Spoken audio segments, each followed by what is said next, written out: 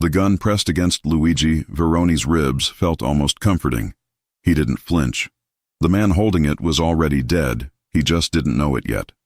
Luigi's dark eyes remained fixed on the trembling fingers wrapped around the trigger, calculating the exact moment he'd disarm him. But then a sound cut through the tension like a knife. A child's cry. High-pitched, desperate, heartbreaking. Luigi's attention snapped toward the toy store across the street. Through the massive glass windows, he could see a little girl clutching a stuffed unicorn, tears streaming down her face. Next to her stood a woman, her shoulders slumped in defeat, fumbling with a credit card at the register. The cashier's expression said everything. Declined. Again. "You listening to me, Verone?" The man with the gun hissed. His name was Marco De Luca, a low-level enforcer who thought ambushing a Mafia boss in broad daylight was a smart career move. It wasn't. Luigi's jaw tightened. The girl's sobs grew louder even through the closed doors of the store. Her mother was now crouching beside her, trying to pry the unicorn from her small hands, whispering something Luigi couldn't hear but could feel. Desperation had a language all its own. I said, "Are you listening?"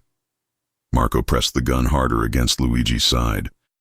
Without looking at him, Luigi grabbed Marco's wrist with lightning speed, twisted it until bone cracked, and relieved him of the weapon in less than 2 seconds. Marco crumpled to his knees, gasping.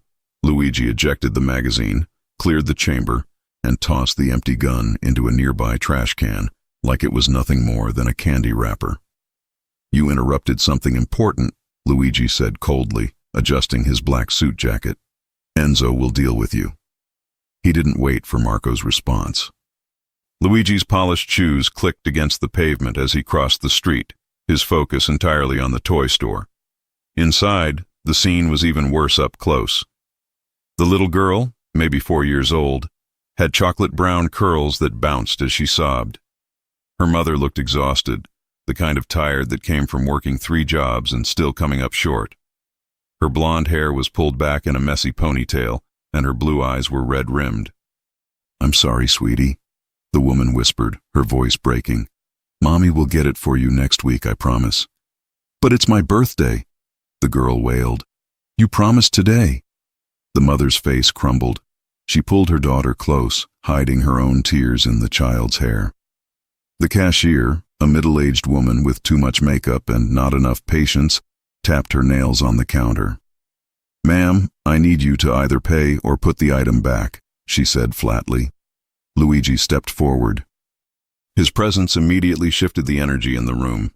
He was 6'3" of controlled power, with the kind of face that made people either trust him completely or fear him instinctively. Today, it was the latter. The cashier's eyes widened. The mother looked up, startled, still holding her crying daughter. "How much?" Luigi's voice was smooth, authoritative, the kind that expected immediate answers. "Excuse me?" The cashier blinked. "The unicorn." "How much?" "Sir, this is between me and this customer." Luigi pulled out a black leather wallet and placed a crisp $100 bill on the counter. Then another. And another. He didn't stop until there were 5 bills spread out like a fan. "Keep the change," he said. "Ring it up." The mother stood slowly, confusion and pride battling across her features. "I can't accept." "You're not accepting anything," Luigi interrupted, his tone gentler now. "It's your daughter's birthday. She deserves her unicorn." The little girl had stopped crying, her big green eyes fixed on Luigi like he was some kind of superhero. Her mother opened her mouth to protest again, but Luigi was already looking at the child. "What's your name?" he asked, crouching down to her eye level. "Emma," she whispered, clutching the unicorn tighter. "That's a beautiful name. Happy birthday, Emma." He reached out and gently adjusted the unicorn's sparkly horn. "Take good care of her." Emma's face broke into the widest smile, dimples appearing in her cheeks. "Thank you, mister." Luigi stood, his eyes meeting the mother's. Up close, she was even more striking. Not magazine beautiful, but real. The kind of woman who'd been knocked down by life repeatedly and kept getting back up. There was strength in the set of her jaw, vulnerability in her eyes. "I'm Claire," she said quietly. Claire Ross. I don't know how to thank you. You just did. Luigi pulled a business card from his pocket and handed it to her. If you ever need anything. Claire looked at the card. It was simple, elegant, just a name and a phone number. No company, no title. Are you some kind of businessman? Luigi's lips curved into something that wasn't quite a smile. Something like that. The cashier had bagged the unicorn and was now counting the money with shaking hands, probably realizing who Luigi was. Everyone in this part of the city knew the Verone name. It was whispered in back alleys and boardrooms alike. Claire, however, seemed oblivious. She was new here, Luigi guessed. Fresh prey in a city full of wolves. Why did you do this? Claire asked, genuine curiosity replacing the earlier suspicion. Luigi glanced at Emma, who was hugging her new toy and spinning in circles. Because nobody should cry on their birthday, especially not someone that small. There was something in his voice, a hint of an old wound that hadn't quite healed. Claire heard it. Her expression softened. Well, Mr. Verone, Emma and I are very grateful. Luigi, he corrected. And you're welcome, Claire. The way he said her name made something flutter in her chest, which was ridiculous. She'd just met this man, this incredibly handsome, mysterious, slightly dangerous man who'd appeared out of nowhere and saved her daughter's birthday. She clutched the business card tighter. Come on, baby, Claire said to Emma, taking her hand. Let's go celebrate. As they walked toward the door, Emma turned back and waved at Luigi. He waved back, something warm expanding in his chest. It had been a long time since he'd felt anything besides cold calculation. The door chimed as they left. Luigi watched through the window as Claire buckled Emma into a car seat in an old Honda Civic that had seen better days. The bumper was held on with duct tape. Mr. Verone? The cashier's nervous voice pulled him back. I didn't realize it was you. I'm so sorry if I was rude.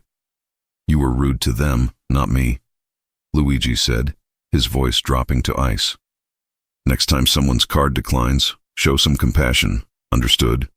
She nodded frantically. Yes, sir. Of course, sir. Luigi left without another word. Outside, his black Mercedes was idling at the curb, his driver Enzo behind the wheel. Enzo was a mountain of a man, built like a professional wrestler, with a scarred face that told stories he never spoke aloud. He'd been with Luigi for 15 years. Boss, Marco's been dealt with, Enzo said as Luigi slid into the back seat. He's on his way to the docks. Good. Luigi loosened his tie, his mind still on Claire and Emma. Find out everything about Claire Ross. Where she works, where she lives, why her card was declined. Enzo's eyebrows rose slightly. In all the years he'd worked for Luigi, his boss had never shown interest in anyone. Women came and went, transactions more than relationships. This was different. You want protection on her? Enzo asked carefully. Luigi stared out the window at the old Honda pulling into traffic. Not yet, just information. And Enzo? Be discreet. Always am, boss. As the Mercedes glided through the city streets, Luigi replayed the encounter in his mind, Claire's eyes when she looked at her daughter. The way she'd tried to hold it together even when everything was falling apart. The proud tilt of her chin when she'd wanted to refuse his help. Women in Luigi's world were either decorative or dangerous, sometimes both. But Claire was neither. She was something he hadn't encountered in a very long time. Real. His phone buzzed. A text from his underboss, Sal Moretti. Council meeting tonight. The Bratva wants to talk territory. Luigi typed back a single word. Later. Sal would be confused. Luigi never postponed business, but tonight, for the first time in years, Luigi Verone wasn't thinking about territory or treaties or the dozen ways he could eliminate his enemies. He was thinking about a woman with tired eyes and a daughter who believed in unicorns.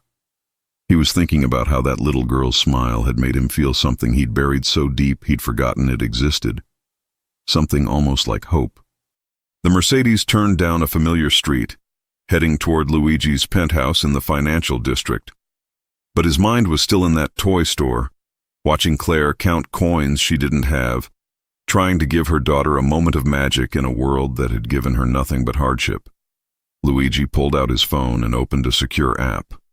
With a few taps, he transferred a significant sum to an anonymous account, then sent instructions to one of his legitimate businesses.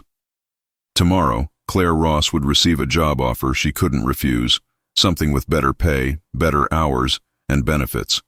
She'd never know it came from him. He'd make sure of that. Because Luigi Verone didn't do charity, he made investments, and something told him Claire Ross was going to be the most important investment of his life. He just didn't know yet that she'd also be the most dangerous. That walking into that toy store would set off a chain of events that would threaten everything he'd built, everyone he protected, and force him to choose between the empire he'd inherited and the family he never knew he wanted. But that realization was still coming. For now, he just knew one thing. He had to see her again. 3 days later, Claire stood outside Verone Industries holding a letter she'd read at least 20 times. The building was all glass and steel, reaching toward the sky like it owned it. Her reflection stared back at her, a woman in a thrift store blazer trying to look professional. The letter had arrived yesterday morning, unexpected and miraculous. A job offer. Executive assistant position. Salary that was triple what she made waiting tables and cleaning offices. Full benefits. Flexible hours. It seemed too good to be true, which usually meant it was. But Emma needed new shoes. The rent was 2 weeks overdue, and Claire's pride had been beaten down enough that she was willing to walk through those intimidating glass doors and find out what the catch was. She took a deep breath and pushed inside. The lobby was stunning. Marble floors, modern art on the walls, a fountain in the center that probably cost more than her car. A receptionist with perfect makeup and a tailored suit looked up from her desk. "Can I help you?" Her tone suggested Claire didn't belong there. "I'm Claire Ross. I have an appointment with Mr. Castellano about a position." The receptionist's expression shifted slightly. She typed something into her computer, then picked up the phone. "Ms. Ross is here for you, sir." A pause. "Yes, sir. Right away." She hung up and actually smiled this time. 23rd floor. "Mr. Castellano is expecting you." Claire rode the elevator up, her stomach doing flips. The doors opened to reveal an office that looked like something from a magazine. Floor-to-ceiling windows overlooked the entire city. And there, standing by those windows in an expensive suit, was Luigi Verone. Claire froze. "You?" Luigi turned, and that same intensity from the toy store hit her like a physical force. "Hello, Claire. What are you doing here?" She clutched her purse tighter. "I'm supposed to meet Mr. Castellano. Anthony Castellano is my business partner, but the job offer came from me." Luigi gestured to a chair. "Please sit." Claire didn't move. "You set this up." "I did." "Why?" Suspicion crept into her voice. "What do you want from me?" Luigi walked closer, stopping a respectful distance away. "I want to offer you a job, that's all. Nobody just offers someone a job out of nowhere, especially not one that pays this much." Claire waved the letter. "What's the real reason?" He appreciated her directness. Most people were too intimidated to question him. "You need work. I need someone I can trust. Someone who isn't connected to my usual circles." "Your usual circles," Claire repeated slowly. "What kind of business are you in, Luigi?" "Import-export, real estate, investments." "All technically true. I'm very good at what I do." "And what exactly would I be doing?" "Managing my schedule, handling correspondence, coordinating meetings, normal assistant duties."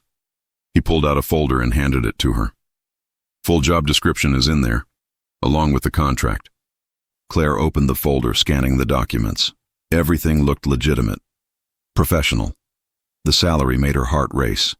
With this money, she could get Emma into a better school, fix the car, maybe even save something for the future. "This is too generous," she said.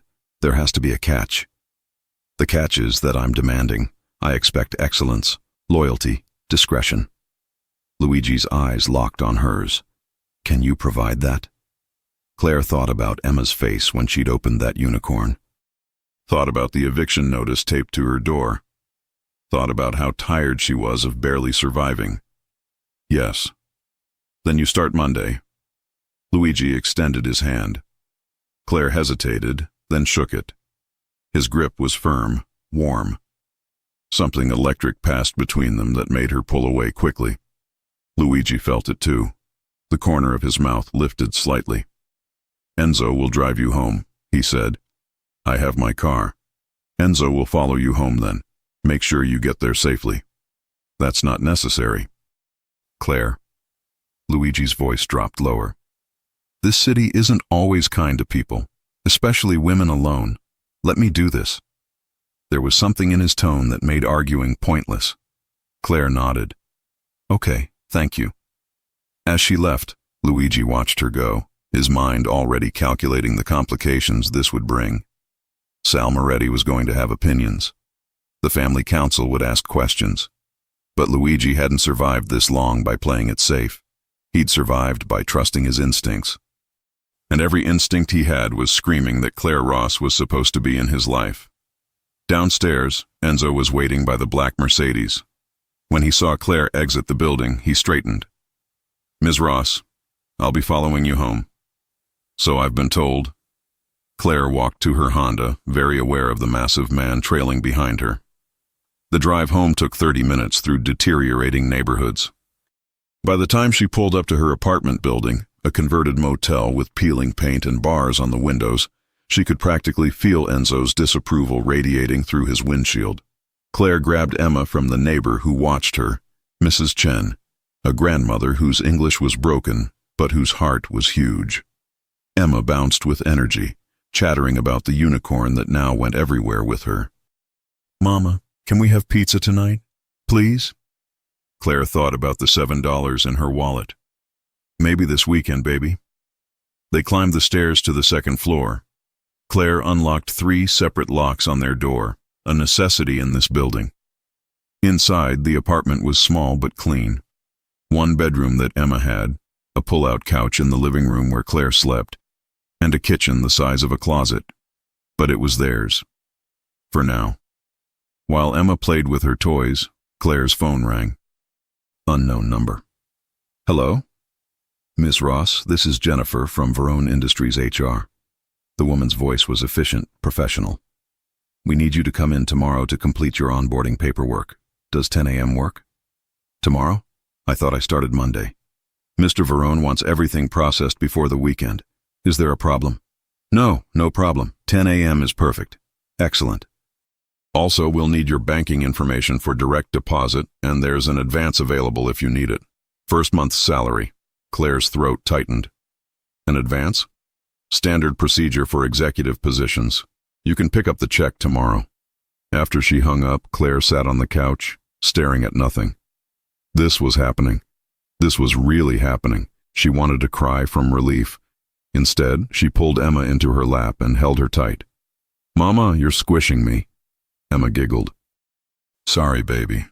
Mama just loves you very much. That night, after Emma fell asleep, Claire pulled out Luigi's business card and stared at it. She thought about calling him, thought about asking the 1,000 questions swirling in her head. But something stopped her.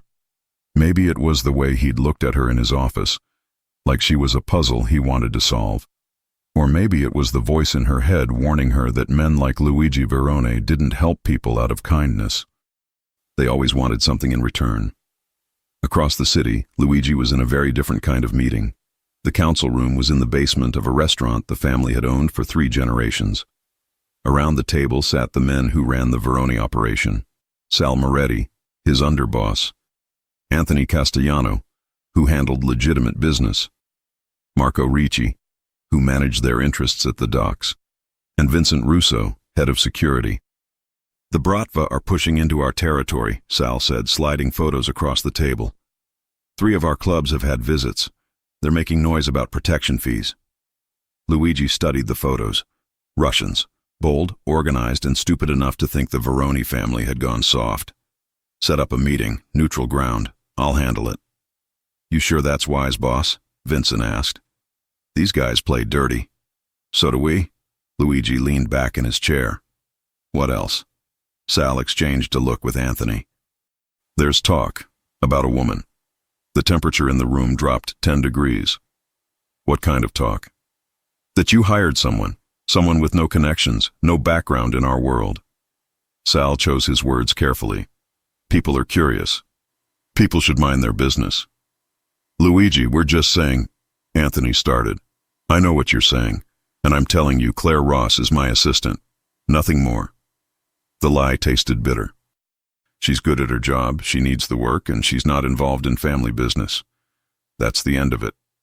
But everyone at that table knew Luigi Verone well enough to hear what he wasn't saying.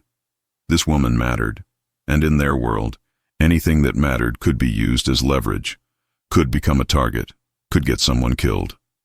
After the meeting, Vincent pulled Luigi aside. I'll put protection on her, discreet. Do it. Luigi didn't argue. And Vincent? If anyone even looks at her wrong, I want to know about it. Vincent nodded. He'd been with the family since Luigi was a teenager, had watched him grow from the boss's son into the boss himself. He'd never seen Luigi like this, protective over someone outside the family. It was dangerous, but he also knew better than to argue when Luigi used that tone. Luigi went home to his penthouse, poured himself a scotch, and stood by the windows looking out at the city lights. Somewhere out there, Claire was putting her daughter to bed in an apartment that probably had roaches and thin walls. She was trying to build a life from nothing, fighting battles he couldn't imagine. And she'd looked at him today with such fierce independence, refusing to be anyone's charity case. It made him want her more, want to protect her, want to give her everything she'd never asked for. But wanting things in Luigi's world came with a price. And he was starting to realize that the price for wanting Claire Ross might be higher than he was prepared to pay. Because the Bratva wasn't his only problem. There were others, old enemies, new threats, and a secret buried so deep that he'd almost forgotten about it. Almost. But secrets never stayed buried. Not forever. And when this one came to light, it would put Claire directly in the crosshairs of people who wouldn't hesitate to use her to destroy him. Claire's first week at Verone Industries was nothing like she expected. The work was demanding but manageable. Luigi was professional, sometimes distant, but there were moments when his guard dropped.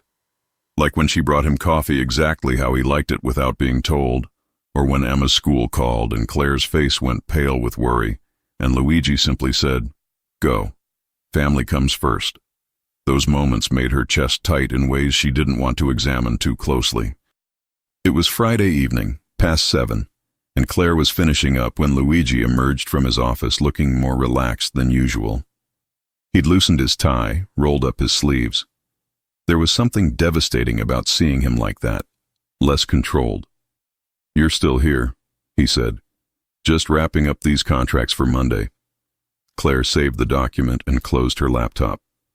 "Is there anything else you need before I go?" Luigi hesitated. He'd been doing that a lot this week, starting to say something, then stopping himself. "Have dinner with me." Claire blinked. "Excuse me?" "Dinner. There's a place nearby. You've worked hard this week. Let me buy you a meal." He paused. "Unless you need to get back to Emma. She's with Mrs. Chen until 8. The words came out before Claire could think about them. "But I don't think dinner is appropriate. You're my boss." "I'm aware." Luigi grabbed his jacket from the coat rack. "Which is why this is a business dinner. To discuss your performance review. I've been here 5 days. And I have thoughts." He moved toward the elevator, clearly expecting her to follow. After a moment's hesitation, she did. The restaurant was Italian, intimate, with dim lighting and candles on every table. The maitre d' greeted Luigi by name and led them to a private corner booth. Claire felt underdressed in her work clothes, out of place in a restaurant where the cheapest item on the menu could feed her and Emma for a week. "Order whatever you want," Luigi said, noticing her staring at the prices. "This is too much." "Claire," he leaned forward slightly, "stop calculating costs. Just enjoy something for once." She wanted to argue, but the exhaustion of always worrying about money made her defenses weak. When the waiter came, she ordered pasta primavera. Luigi ordered something in Italian that made the waiter's eyes light up with approval. "You speak Italian," Claire observed. "My father made sure of it. Said forgetting your language was forgetting your blood." Luigi's expression darkened briefly. He had strong opinions about a lot of things. Was? Claire caught the past tense. He died 6 years ago. Heart attack. Luigi took a sip of the wine that had appeared without him ordering it. Or that's what the official report said. Claire's stomach dropped. And unofficially? Luigi's eyes met hers, and she saw something dangerous there. Something that reminded her he wasn't just a businessman in an expensive suit. Unofficially, you don't die of natural causes in my family. Not unless you're very lucky or very careful. My father was neither. I'm sorry. The words felt inadequate. Don't be. He made his choices. Luigi shifted the conversation deliberately. Tell me about Emma's father. Claire stiffened. That's personal. So was my father. Fair point. Claire took a breath. His name was Jason. We met in college. I got pregnant junior year. He said all the right things at first. Then when Emma was born and things got real, he left. I haven't heard from him in 3 years. No child support, no birthday cards, nothing. He's a coward. He's a ghost. Claire shrugged, but Luigi could see the hurt beneath it. Emma asks about him sometimes. I don't know what to tell her anymore. Tell her the truth, that some men don't deserve the families they're given. Luigi's voice was rough with something that sounded like anger. Not at her, at Jason, at his own father, at the weight of legacy and failure. Their food arrived, and for a while they ate in comfortable silence. But Luigi kept watching her. The way she savored each bite like it was special. The way she smiled when the waiter refilled her water. She found joy in small things. It was foreign to him, that ability to appreciate what others took for granted. Why did you really hire me? Claire asked suddenly. And don't say it's because you needed an assistant. Luigi set down his fork. You want honesty? Always. Because when I saw you in that toy store, trying so hard to be strong for your daughter even though you were breaking inside, I recognized something. Someone fighting battles nobody sees. Someone who refuses to quit no matter how many times life knocks them down. He paused. I respect that. I wanted to help. And that's all? Claire pressed. Just respect? Luigi's jaw tightened. What do you want me to say, Claire? The truth. The truth is complicated. He signaled for the check. The truth is I have no business being interested in you. You have a daughter, a normal life, and I'm neck-deep in a world that destroys normal. What world? Claire's heart was pounding. What exactly do you do, Luigi? Before he could answer, his phone buzzed. Once, twice, 3 times. Luigi glanced at the screen and his entire demeanor changed. The relaxed man across from her vanished, replaced by someone cold and lethal. I have to go. He threw cash on the table, far more than the bill required. Enzo is outside. He'll take you home. Luigi, what's wrong? Stay with Enzo. Don't go anywhere alone. Do you understand? His hand gripped her arm, urgent. Promise me, Claire. You're scaring me. Promise me. I promise. Her voice shook slightly. Luigi released her and headed for the door, phone already at his ear. Claire sat there for a moment, processing what just happened. Then she grabbed her purse and followed him outside. The black Mercedes was there, Enzo already behind the wheel. But Luigi was nowhere in sight. Another car, a dark SUV, screeched to a stop at the curb. Luigi jumped in and it sped away. Enzo appeared at Claire's side. Ms. Ross. Let's get you home. What's happening? Where's Luigi going? Business. Enzo's expression was granite. Please, Ms. Ross. The car. Claire got in, her mind racing. That phone call had triggered something serious, and the way Luigi had looked at her before leaving, like he was memorizing her face, made her stomach knot with fear. The drive to her apartment took forever. When they arrived, Enzo insisted on walking her up. I'll be outside tonight, he said. You see anything strange? You call this number. He handed her a card with a single phone number on it. Enzo, what's going on? Just precautions, Ms. Ross. Mr. Verone wants to make sure you and your daughter are safe." After he left, Claire locked all 3 locks and checked on Emma, who was sleeping peacefully with her unicorn. Mrs. Chen had left a note saying Emma had been good. Claire tried Luigi's number. It went straight to voicemail. She tried again an hour later. Same thing. At midnight, unable to sleep, Claire stood by her window. The black Mercedes was still parked across the street, Enzo visible in the driver's seat. Whatever Luigi was involved in, it was serious enough to require armed guards, serious enough to put her under protection. And despite every logical thought telling her to run, to quit this job and go back to her safe, struggling existence, Claire found herself worried. Not about herself, about Luigi. About where he was and what he was doing and whether he was safe. Across the city, Luigi definitely wasn't safe. He was in a warehouse by the docks, surrounded by 6 of the Bratva's best men. Their leader, a scarred Russian named Dmitry Volkov, sat on a metal chair like it was a throne. "You have nerve, Verone, coming alone," Dmitry said in heavily accented English. "I'm never alone." Luigi gestured to the shadows where Vincent and 3 others materialized, weapons visible. "Now let's skip the posturing. You wanted a meeting. Here I am." Dmitry smiled, showing gold teeth. "Direct. I like. You know why we're here. Your territory. We want peace." "My territory isn't for sale." "Everything is for sale. Question is price." Dmitry leaned forward. "We hear things about family, about weak spots, about pretty blonde woman who works for you now." Luigi's blood went cold. "What did you say?" "We do research. Claire Ross, single mother, very beautiful, very vulnerable." Dmitry's smile widened. "We're just saying accidents happen, especially to people who get too close to wrong person." Vincent moved forward, but Luigi held up a hand, stopping him.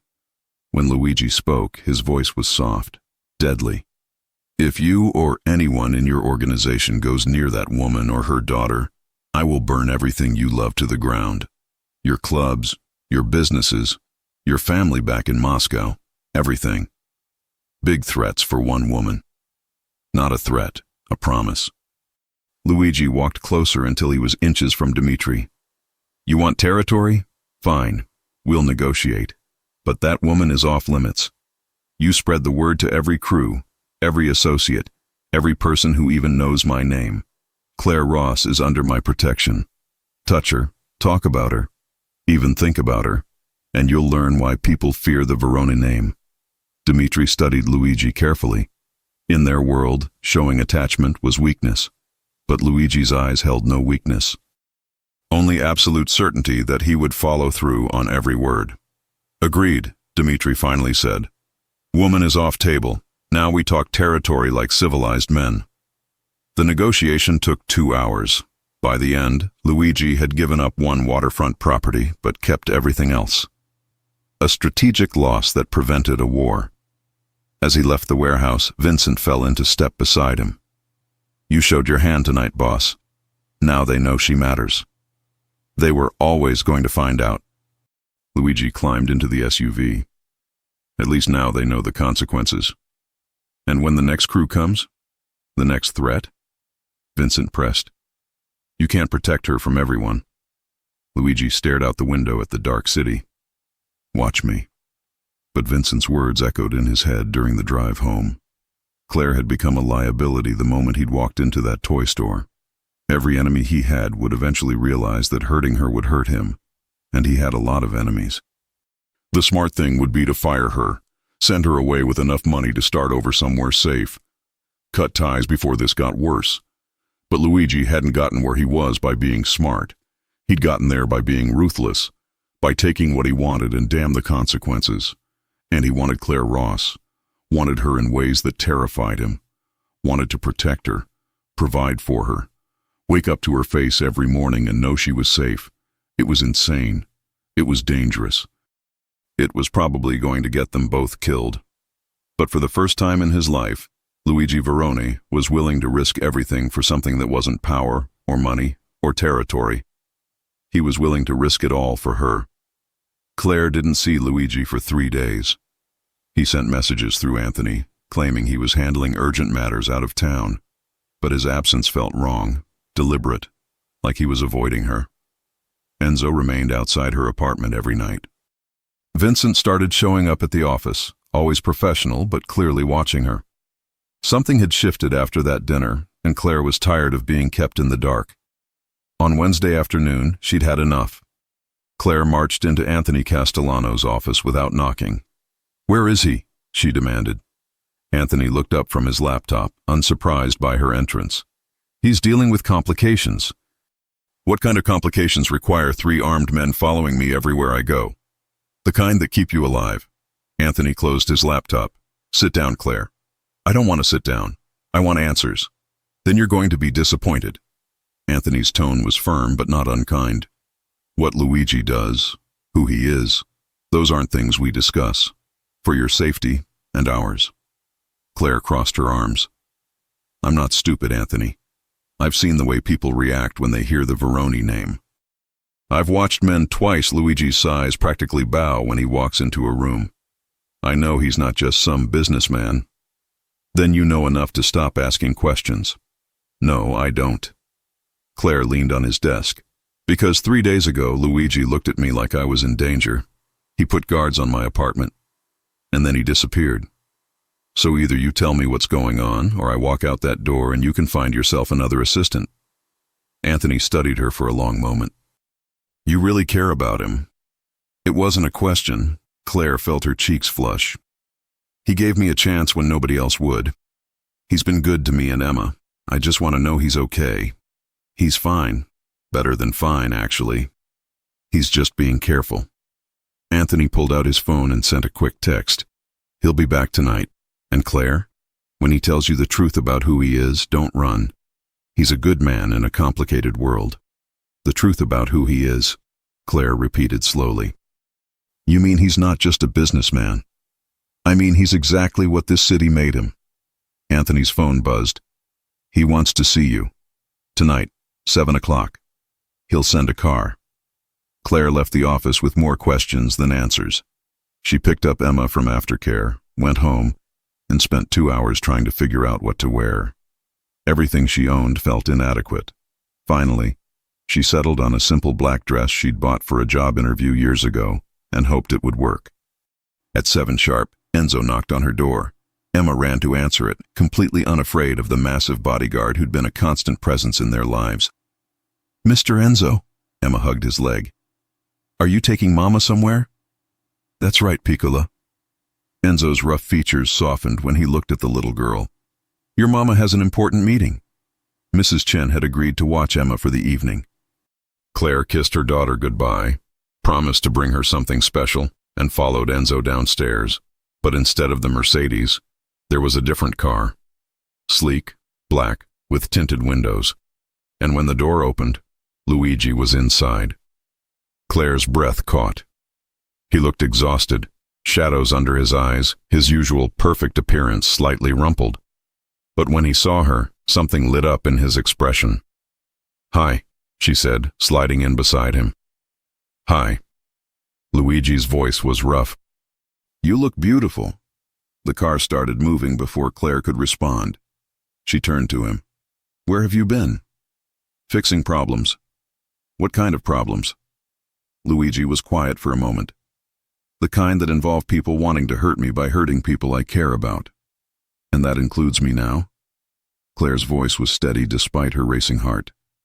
"Yes." No hesitation. "Claire, there are things about my life, my family, that I haven't told you. Things that might make you want to run. But before I say anything, I need you to know something." He turned to face her fully. "I haven't felt this way about anyone in a very long time. Maybe ever. And that terrifies me. Because everyone I've ever cared about has either left or been taken from me." Claire reached out and took his hand. His fingers immediately closed around hers. "I'm not going anywhere." "You say that now." "Luigi, I grew up in foster care. I've been abandoned more times than I can count. I know what it's like to be left behind." She squeezed his hand. "So when I say I'm not going anywhere, I mean it. But I need you to be honest with me. Who are you really?" Luigi took a deep breath. My full name is Luigi Verone. My family has been in this city for 4 generations. We run legitimate businesses, import-export, real estate, restaurants, but we also control territories. We have agreements with other families.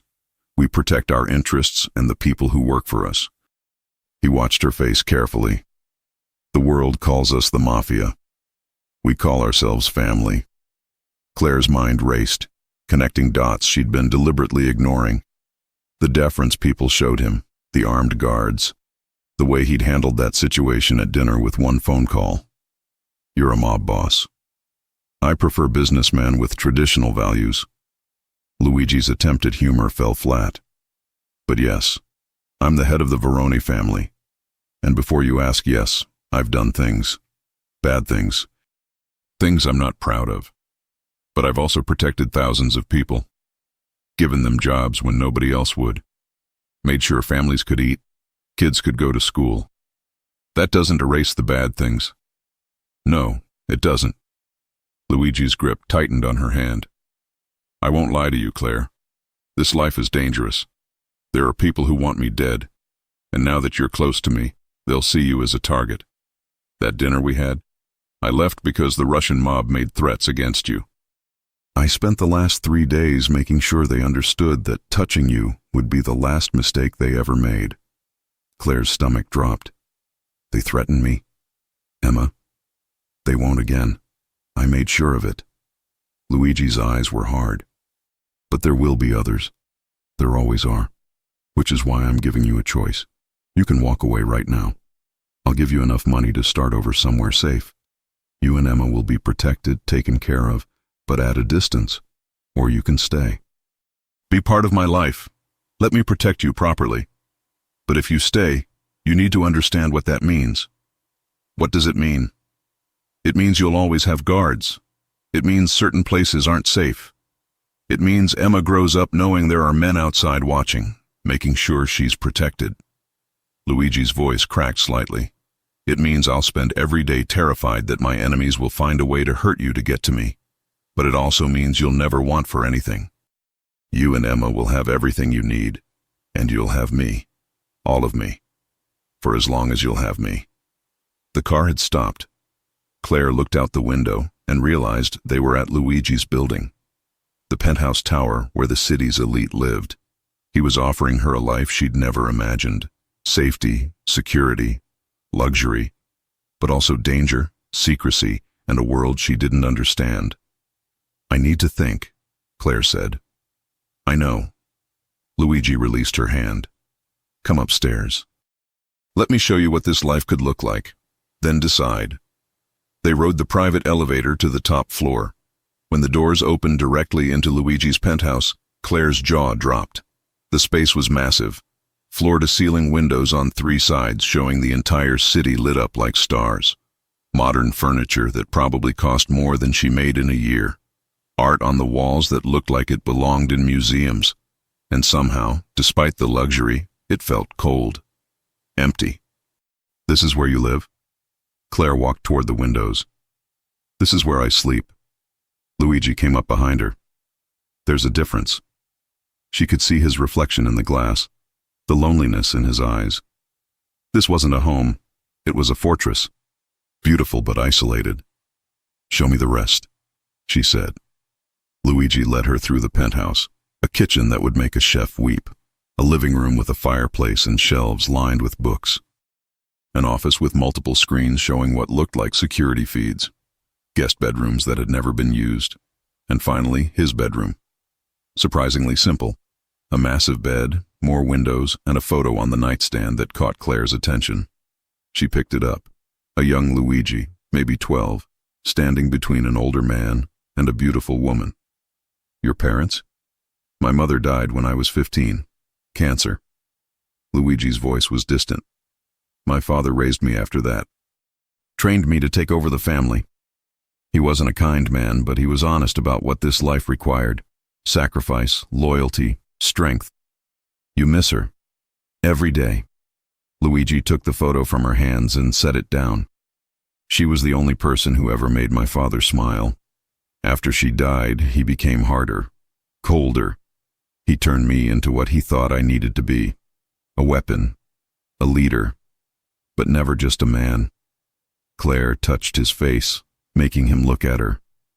You're more than what he made you. Am I? Luigi's hand came up to cover hers. Sometimes I'm not sure where he ends and I begin. I see you, Luigi. Not the mob boss, not the weapon. You. The man who paid for a little girl's birthday present because he couldn't stand to see her cry. The man who gave me a job when I was drowning. The man who's terrified of caring about someone because everyone he's loved has left. She stepped closer. I see you. Luigi's control snapped. He pulled her against him and kissed her. Not gentle. Not careful. Desperate and hungry and full of everything he'd been holding back. Claire kissed him back just as fiercely, her hands fisting in his shirt.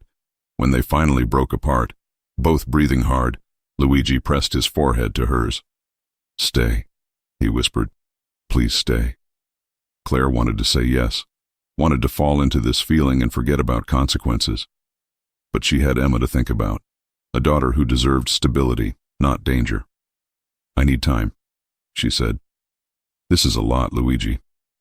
You're asking me to bring my daughter into a world where people make threats and carry guns. I'm asking you to let me protect you both, to give us a chance. Luigi cupped her face.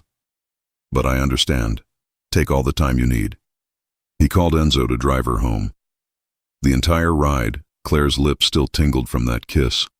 Her mind spun with everything she'd learned. Luigi Verone was a Mafia boss, a dangerous man who'd done terrible things. But he was also tender with her daughter, generous to people who had nothing, and so lonely that it made her chest ache. When she got home, Emma was asleep. Mrs. Chen left with a knowing smile. Claire sat on her pull-out couch and stared at the ceiling. She thought about the choice Luigi had given her, walk away safely or stay and risk everything. Her phone buzzed. A text from Luigi. Just 3 words. Thinking of you. Claire typed back. Me too. Because despite everything, despite the danger and the secrets and the impossibility of it all, she was falling for him, and that scared her more than anything else. But what terrified her even more was what she didn't know yet, that Luigi's father hadn't died of a heart attack, that he'd been murdered by someone inside the family, someone who was still out there, waiting for the right moment to finish what they'd started. And when that person made their move, Claire and Emma would be right in the crossfire. Claire made her decision on a Thursday morning. She woke up, looked at Emma still sleeping peacefully, and realized that playing it safe had never gotten her anywhere. Her entire life had been about surviving, scraping by, accepting the bare minimum. Luigi was offering her more than money or security.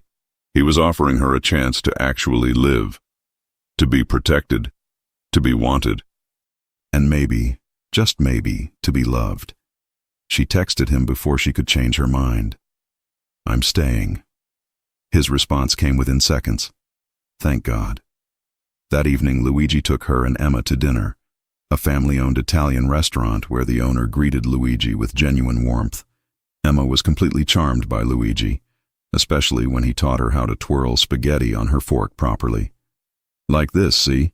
Luigi demonstrated, his movements exaggerated for Emma's benefit. You twist, not stab. Emma giggled, attempting to copy him and making a mess. Claire watched them together and felt something settle in her chest. This could work. This could actually work. After dinner, Luigi drove them home. He carried a sleeping Emma upstairs while Claire unlocked the door. Inside, he laid Emma gently on her bed, and Claire tucked her in with the unicorn. She adores you, Claire whispered as they stepped into the living room. The feeling is mutual. Luigi pulled Claire close. I meant what I said. I'll protect both of you, always. I know. Claire looked up at him. So what happens now? Now you and Emma move into my penthouse tomorrow. Luigi held up a hand before she could protest. I know it's fast, but this apartment isn't safe enough. I need you somewhere I can actually protect you. The penthouse has security, cameras, a full team, and there's plenty of space. Emma can have her own room. You can decorate however you want. Luigi, that's too much. It's necessary. His tone left no room for argument. Please, Claire, let me do this. She wanted to argue about moving too fast, about maintaining independence. But the truth was, she'd been looking over her shoulder ever since learning about the Russian threat. And the thought of Emma being safer made the decision easier. Okay, she agreed. But Emma keeps her unicorn in her room. Luigi smiled, really smiled, and it transformed his entire face. Deal. The next day was chaos. Luigi sent a moving crew that packed up Claire's entire apartment in 3 hours. Everything she owned fit into one truck. It was humbling and freeing at the same time. By evening, they were settled into the penthouse. Emma's new bedroom was twice the size of their old apartment, with windows overlooking the city and a bed that felt like sleeping on clouds. "Mama, is this really ours?" Emma asked, eyes wide. "For now, baby." Claire sat on the edge of the bed. "Mister, Luigi is letting us stay here where it's safe. Because he loves you?" Claire's breath caught. "What makes you say that?" "Because he looks at you the way Prince Eric looks at Ariel." Emma stated it like it was obvious. "Are you going to marry him?" "It's complicated, sweetheart. Grown-ups always say that." Emma yawned. "I like him, Mama. He's nice, and he makes you smile." After Emma fell asleep, Claire found Luigi in his office, staring at multiple computer screens. "What are you watching?" "Security feeds. The building, your old neighborhood, Emma's school." He pulled her onto his lap. "I know it seems excessive." "It is excessive." But Claire didn't move away. "Thank you for this. For all of it." "You don't have to thank me." Luigi's arms wrapped around her waist. "Having you here, knowing you're safe, that's all I need." They sat like that for a while, comfortable in the silence. Then Claire's curiosity got the better of her. "Tell me about your father." "The truth." Luigi tensed. "Why?" "Because you mentioned he didn't die of natural causes. And if we're doing this, really doing this, I need to know what I'm walking into." Luigi was quiet for so long Claire thought he wouldn't answer. Then he started talking. "My father, Salvatore Verone, ruled this family for 30 years. He was brutal, efficient, and absolutely loyal to his own. 6 years ago, we were in the middle of negotiations with the Colombo family. Merger of territories. Big deal. My father went to a meeting at one of our restaurants. Private room. 4 of our men with him. What happened? Someone poisoned his wine, slow acting. By the time symptoms showed, he was already dying. We got him to a hospital, but there was nothing they could do." Luigi's voice was emotionless, but Claire could feel the tension in his body. "The restaurant was owned by us. The wine came from our supplier. The men with him were all vetted, trusted soldiers. Which meant the killer was someone inside our organization, someone my father trusted." Claire's blood ran cold. "Did you find out who?"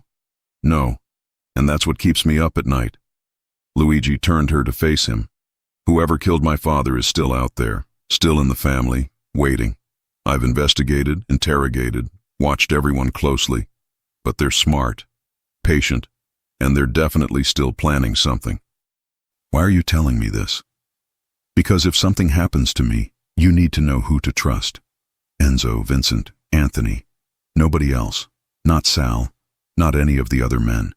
Those 3 will get you and Emma somewhere safe." Luigi's eyes were intense. "Promise me if anything happens, you'll go to them." "Nothing's going to happen to you." "Promise me, Claire." "I promise." She kissed him, needing to erase the fear in his eyes. Luigi kissed her back, and this time it didn't stop. They made it to his bedroom, clothes disappearing between kisses. That night, Claire fell asleep in Luigi's arms, feeling safer and more terrified than she'd ever been in her life. The next 2 weeks were perfect, almost too perfect. Claire settled into a routine. Emma loved her new school, closer to the penthouse and significantly better than her old one. Claire continued working as Luigi's assistant, but now they went home together, had dinner together, tucked Emma in together. They were becoming a family, even if nobody said it out loud. But perfection never lasted. not in Luigi's world. It was a Tuesday afternoon when everything went wrong. Claire was at the office, reviewing contracts, when Anthony burst in looking pale. "Where's Luigi?" he demanded. "Meeting with investors downtown. Why? What's wrong?" "Emma's school. There was an incident." Anthony was already moving. "Come on." Claire's heart stopped. "What kind of incident?" "A man tried to pick her up. Said he was her father. The school didn't release her, called the police. But Claire, the description they gave, it wasn't random. They rushed to the school with Vincent driving at illegal speeds. Police cars were already there. Claire ran inside, finding Emma in the principal's office with a female officer. The moment Emma saw her, she burst into tears. "Mama!" Claire scooped her up, checking her for injuries. "Are you okay? Did anyone hurt you?" "I was scared. The man said he knew you. But he didn't look like the pictures you showed me of Daddy." Emma was shaking. "He had scary eyes." The principal explained what happened. A man matching no description of Jason had shown up claiming to be Emma's father with custody papers. The school's policy was to verify with the parent first. When they called Claire's number and couldn't reach her immediately, they'd called the police. The man had disappeared before they arrived. Vincent was already on the phone with Luigi, who apparently lost his mind. He arrived at the school 15 minutes later, having broken every traffic law to get there. He went straight to Claire and Emma, pulling them both into his arms. "Are you hurt?" His hands moved over Emma, checking. "Did he touch you?" "I'm okay, Mr. Luigi." Emma clung to him. "The teachers protected me." Luigi looked at the principal. "You did exactly right. Thank you." Then to Claire, "We're going home. Now." The drive back was tense. Emma fell asleep against Claire's shoulder, exhausted from the fear and adrenaline. In the front seat, Luigi was on the phone speaking rapid Italian to someone. Vincent drove with one hand, the other resting on what Claire now realized was a gun. Back at the penthouse, Luigi immediately activated additional security protocols. More cameras, more guards, biometric locks on all the doors. Emma was safely in her room with one of Luigi's female associates, a woman named Sophia who'd been trained in personal protection, but had a warm maternal presence that Emma responded to. In the living room, Luigi's entire inner circle gathered. Enzo, Vincent, Anthony, and Sal. They spoke in low voices, reviewing security footage Vincent had obtained from nearby traffic cameras. Claire watched from the doorway until Luigi noticed her. "You should rest," he said. "I want to know what's happening." Claire walked into the room. "That man came for my daughter." Sal Moretti looked at Luigi. "She doesn't need to be here for this." "Yes, I do." Claire's voice was steel. "That's my child. I have a right to know who's threatening her." Luigi nodded. "Show her." Vincent pulled up an image on his tablet. A man, mid-40s, dark hair, scarred face. Claire had never seen him before. "Who is he?" "His name is Luca Moretti, Sal's cousin." Luigi's eyes cut to Sal. "And apparently someone who's forgotten where his loyalties lie." Sal looked genuinely shocked. "Luigi, I had no idea. Luca was supposed to be in Chicago." "Well, he's not in Chicago. He's here, going after Claire's daughter." Luigi's voice was lethal. "The question is why? What does he gain from this?" "Leverage," Anthony said quietly. "If he has Emma, he has control over you. Nobody's getting Emma." Luigi's fist slammed on the table. "Find him. Use every contact, every resource." "I want Luca Moretti found within 24 hours. The men dispersed to their assignments. Sal remained. "Luigi, I swear on my life, I didn't know. Your family, your responsibility." Luigi's eyes were cold. "Fix it, Sal, or I'll assume you were involved." After Sal left, Claire touched Luigi's arm. "You really think Sal's involved?" "I don't know what to think anymore." Luigi pulled her close. "But I know this. That attempt on Emma? That was a message. Someone's making a move. And they're using you and Emma to get to me. So what do? We end this." Luigi's expression was grim. "Whatever's been brewing for the last 6 years, whoever killed my father and has been waiting in the shadows, They've finally shown themselves. And when we find them, I'm going to make sure they regret ever learning your name." That night, Claire lay awake in Luigi's bed while he sat in a chair by the window, watching the city like a sentinel. She understood now what he'd tried to warn her about. This life came with real danger, real threats, people who'd hurt a child to accomplish their goals.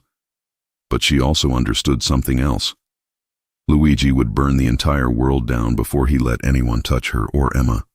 And somehow, that devotion was both the most terrifying and most comforting thing she'd ever experienced. Luca Moretti was found 18 hours later.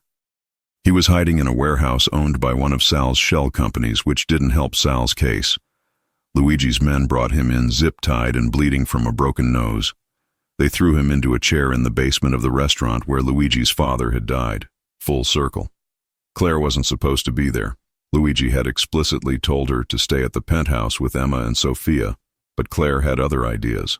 She'd asked Vincent to bring her, and despite his better judgment, he'd agreed. She needed to see this, needed to understand exactly what kind of world she was living in now. She stood in the shadows, watching Luigi circle Luca like a predator. Enzo and Vincent flanked the exits. Anthony stood nearby with a folder full of information they'd compiled. And Sal was there too, looking like he wanted to disappear. "You made a mistake going after the girl," Luigi said, his voice calm. Too calm. That was personal. Luca spit blood on the floor. It was supposed to be. "She's your weakness. Everyone can see it." "Who sent you?" Luigi crouched down to eye level. "And before you lie, understand that I already know most of it. I just need confirmation before I decide how you die." Luca laughed, a wet, painful sound. "You think you're so smart, but you never saw it coming. None of you did." "Saw what coming?" "The fact that your father's killer has been right next to you this whole time." Luca's eyes cut to someone behind Luigi. Claire's heart stopped. Luigi stood slowly, following Luca's gaze. Everyone in the room turned, and there, standing near the door with a gun pointed directly at Luigi, was Anthony Castellano. "Anthony?" Luigi's voice was barely a whisper. "No. I'm sorry, Luigi, I really am." Anthony's hand was steady. But this was always how it had to end. Enzo moved, but Anthony shifted the gun toward him. "Don't. You're fast, Enzo, but not faster than a bullet. Everyone stay exactly where you are." Claire pressed herself further into the shadows, praying Anthony hadn't noticed her. Her mind raced. Anthony, Luigi's business partner, his friend, the man he'd trusted with everything. "Why?" Luigi's voice cracked. "My father trusted you. I trusted you. Your father was a dinosaur, stuck in old ways, old rules. He refused to expand, refused to modernize." Anthony's expression was cold. "I spent 20 years building the legitimate side of this business while he played mob boss. When I suggested we pivot, focus on legal operations, he laughed at me, said I'd gone soft. So you killed him. I liberated us, or I tried to." Anthony's jaw tightened. "But then you took over and you were worse. At least your father understood the business. You just wanted to play gangster, maintain territories, keep the old grudges alive. You were going to run everything I built into the ground. I gave you everything," Luigi said. "Position, money, respect. You gave me scraps while you played king." Anthony gestured with the gun. "And then you had to go and fall in love. Had to make yourself vulnerable. That woman and her kid were the perfect opportunity. Take them, control you, then take over the family. It was a solid plan." "Was?" Vincent asked quietly. "Until Luigi turned this place into a fortress. Until he put guards on everyone. Made it impossible to get to them." Anthony shook his head. "So I had to accelerate things. Use Luca to draw everyone out. Create chaos. And in that chaos, remove Luigi and take control."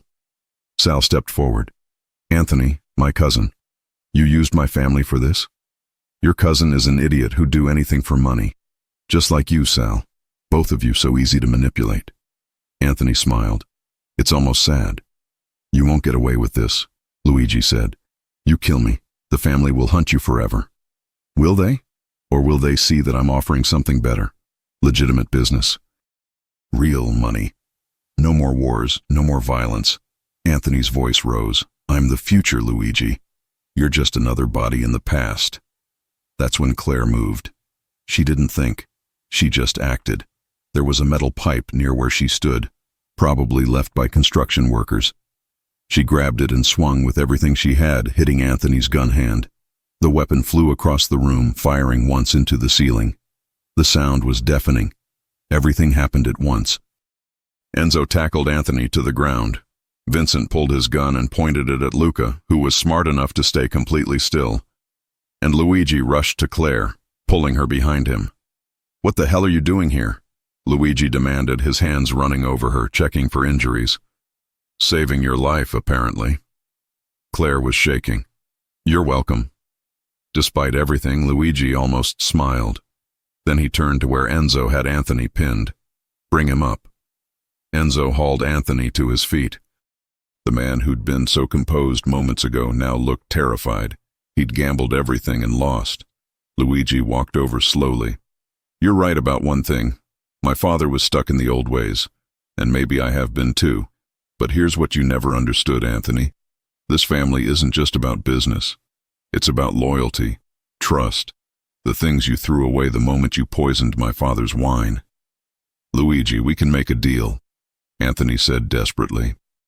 I have accounts, contacts, information you need. I don't need anything from you. Luigi's voice was ice. Enzo, take them both to the docks. Let the Bratva have them. I believe Dmitri wanted to send a message about betrayal. This seems appropriate. Anthony's face went white. The Bratva's methods were legendary. Being handed over to them was a death sentence, just a slower, more painful one. Luigi, please, we were friends. No, we weren't. Luigi turned his back on him. We were never friends. Get them out of my sight. Enzo and two other men dragged Anthony and Luca away. Their protests echoed up the stairs until a door slammed shut. Silence fell over the basement. Luigi stood there, shoulders tense, breathing hard. Sal approached carefully. Boss, I swear I didn't know about Luca, about any of it. I know, Sal. Luigi's voice was tired. Anthony played all of us. He was good at that. What do you need from me? Find out who else he had working with him. Clean house. I want every person he brought in vetted again. If they're loyal, they stay. If not, they go. Peacefully, if possible. And the business? We're making changes. Anthony was right about one thing. We need to modernize. Less territory, more legitimate operations. I want this family to survive the next generation without living in constant war. Luigi looked at Vincent. Can you handle the transition? Vincent nodded. It'll take time, but yes. Then let's get started. Luigi turned to Claire, who was still holding the metal pipe. You, upstairs, now. He didn't speak again until they were in his car, Vincent driving them back to the penthouse.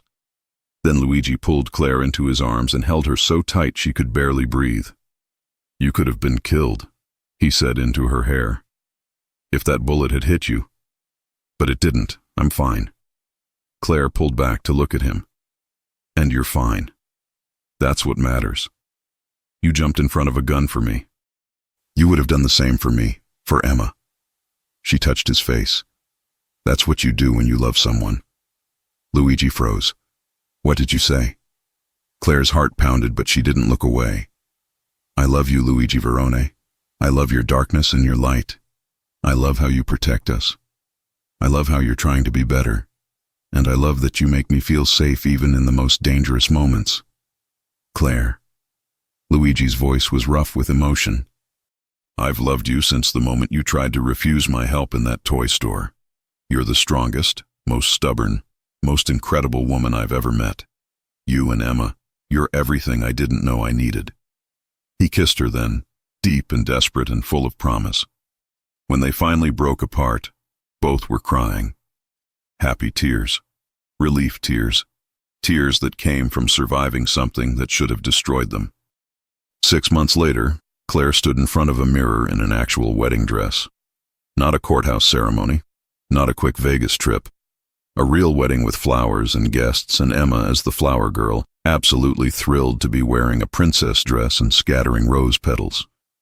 "You look beautiful, Mama," Emma said, adjusting her own small crown. "So do you, baby." Claire couldn't stop smiling. "You ready to do this?" "Are you?" Emma asked with surprising wisdom for a 5-year-old. "More than anything." The ceremony was at a private estate outside the city. Small, intimate, just family and close friends. Enzo walked Claire down the aisle, having appointed himself the closest thing she had to a father. Vincent stood as Luigi's best man, and Sophia, who'd become like an aunt to Emma, helped manage the chaos of excited children. Luigi stood at the altar in a black tux, looking like every fantasy Claire had never let herself have. When he saw her, his expression transformed into something so tender it made her chest ache. The ceremony was traditional, beautiful. When the priest asked if anyone objected, Emma shouted, "Nobody better!" and everyone laughed. And when Luigi slid the ring on Claire's finger, his hand shook slightly. "I promise to protect you and Emma with everything I have," Luigi said, tears in his eyes. "I promise to love you in this life and whatever comes after. I promise to be the man you see when you look at me, not the one I was before you.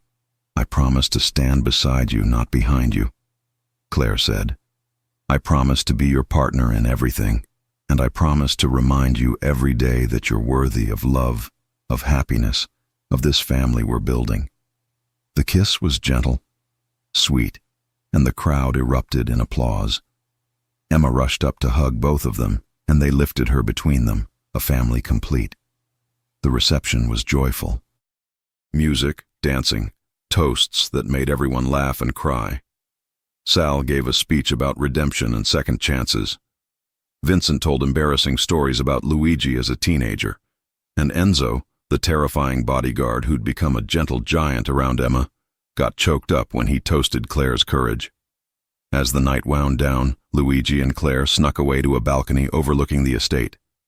The stars were out, bright and infinite. "No regrets?" Luigi asked, arms around her waist. "Not a single one." Claire leaned back against him. "You? Just that I didn't find you sooner." Luigi kissed her temple. "Thank you." "For what?" "For seeing me. For staying.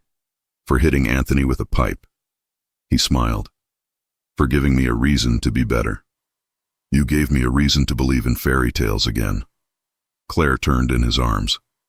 That even in the darkest places, love can find a way. Inside, they could hear Emma laughing as Enzo taught her some kind of card game. Their daughter, their family, their future. It wasn't perfect. Luigi still had business to handle, enemies to watch. The Veroni family was transitioning into something new, something safer.